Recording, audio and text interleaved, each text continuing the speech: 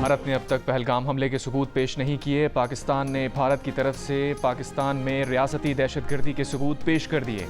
Audios اور what's app chat media کے سامنے رکھ دی۔ حاضر سروس بھارتی فوجی افسران پاکستان میں دہشت گردی کرا رہے ہیں۔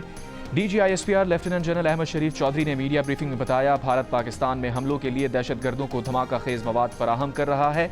25 اپریل کو بھارتی تربیت یافتہ شخص مجید جہلم بس اڈے پر پکڑا گیا۔ ملزم سے 2.5 کلو گرام وزنی بم برآمد ہوا۔ مجید کے گھر سے بھارتی ڈرون اور 10 لاکھ روپے کیش برآمد ہوا۔ مجید کے موبائل فون سے بھارت میں ہوئی بات چیت بھی پکڑی گئی۔ مجید کے کمیونیکیشن بھارت میں صوبیدار سکھوندر سے ہو رہی تھی۔ اس کمیونیکیشن میں 4 بھارتی آرمی افسران میجر سندیپ ورما، صوبیدار سکھوندر، حوالدار امیت اور 1 سپاہی کی نشاندہی ہے۔ بھارتی ہینڈلر ان دہشت گردوں سے کہہ رہا ہے کہ پاکستان میں شہریوں کی لاشیں چاہیے۔ میجر سندیپ نے اعتراف کیا ہے کہ وہ بلوچستان سے لاہور تک دہشت گردی کر رہے ہیں۔ D G I S P R lieutenant general Ahmed Sharif Chaudhry نے میڈیا کو ثبوت دکھاتے ہوئے بتایا کہ بھارت ٹیرر فائنینسنگ کر رہا ہے۔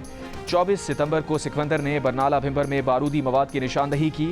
دہشت گرد مجید نے یہ بارودی مواد حاصل کر کے 13 اکتوبر کو مجید نے ضلع باغ میں فوجی گاڑی پر بم حملہ کیا، جس میں فوج کے 3 جوان زخمی ہوئے۔ 13 اکتوبر کو بھارتی ہینڈلر نے دہشت گرد مجید کو مختلف ٹرانزیکشن سے 1,80,000 روپے دیے۔ 22 نومبر کو سکھوندر نے بم کے حصول کے لیے مجید کو ہیڈ ورالہ کے قریب جگہ کی نشاندہی کی۔ مجید نے اس جگہ سے تباہ شدہ ڈرون اور آئی ڈی حاصل کی۔ 30 نومبر کو مجید نے جلال پور جٹا میں آئی ڈی فوجی گاڑی پر لگائی، جس سے 4 جوان زخمی ہوئے۔ دہشت گرد مجید نے ٹاسک مکمل ہونے پر 6,56,000 روپے حاصل کیے۔ صوبیدار سکھوندر نے 18 مارچ کو کوٹلی کے قریب آئی ڈی کی لوکیشن فراہم کی۔ 19 مارچ کو اسکول کے بچوں کی نشاندہی پر آرمی یونٹ نے مشکوک بیگ سے بم برآمد کیا۔ 22 اپریل 2025 کو سکھوندر نے ندالہ کے قریب آئی ڈی کی ڈیلیوری کی۔ 23 اپریل کو سکھوندر نے دہشت گرد مجید کو بس سٹینڈ پر حملے کا ٹاسک دیا۔ بھارتی ہینڈلر آڈیوز میں کہہ رہا ہے کہ وہ 2 دن کے لیے یہاں نہیں ہے، سالوں تک ہے، اور ایک ساتھ پیسے بھیجے تو شک ہو سکتا ہے، اس لیے مختلف ٹرانزیکشنز میں پیسے بھیجے جائیں گے۔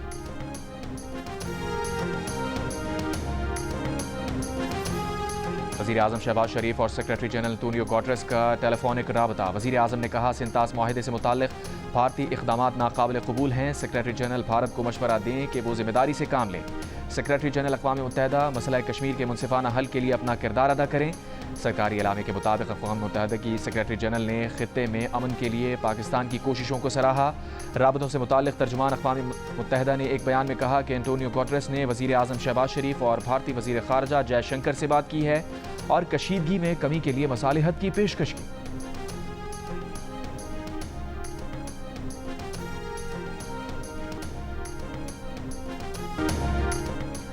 ہم پہل نہیں کریں گے، لیکن اگر بھارت نے کچھ کیا تو جیسے کو تیسا نہیں ہوگا، بلکہ اینٹ کا جواب پتھر سے دیا جائے گا۔ پاکستان کی بھارت کو وارننگ۔ وزیر خارجہ اسحاق ڈار نے کہا، اگر بھارت نے پاکستان کے پانی کے ساتھ گڑبڑ کی تو اسے جنگ تصور کیا جائے گا۔ پانی پاکستان کی لائف لائن ہے، اس پر کوئی سمجھوتا نہیں کیا جائے گا۔ سینٹ سے خطاب میں کہا، پاکستان کو شک ہے کہ سنتاس معاہدہ معطل کرنے کے لیے بھارت نے پہلگام کا ڈرامہ رچایا۔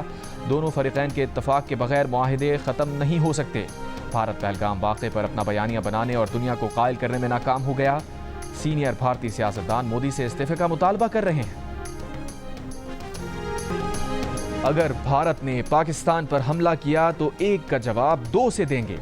وزیر داخلہ محسن نقوی کا دلی سرکار کو 2 ٹوک پیغام۔ جیو نیوز سے گفتگو میں محسن نقوی نے کہا، جعفر ایکسپریس پر حملے میں بھارت کس طرح ملوث تھا، جلد ثبوت سامنے رکھیں گے۔ Pakistani women cricket team Bharat نہیں جائے گی۔ پاکستان ایٹمی قوت ہے، دشمن حملہ کرنے سے پہلے 10 بار سوچے گا۔ وزیر اعلیٰ پنجاب مریم نواز کا خطاب۔ کہا، پاک بھارت سرحد پر کشیدگی ہے، لیکن فکر کی ضرورت نہیں۔ پاک فوج ہر جارحیت کا مقابلہ کرنے کی بھرپور صلاحیت رکھتی ہے۔ ہمیں اختلافات بھلا کر پاک فوج کے ساتھ کھڑے ہونا ہے۔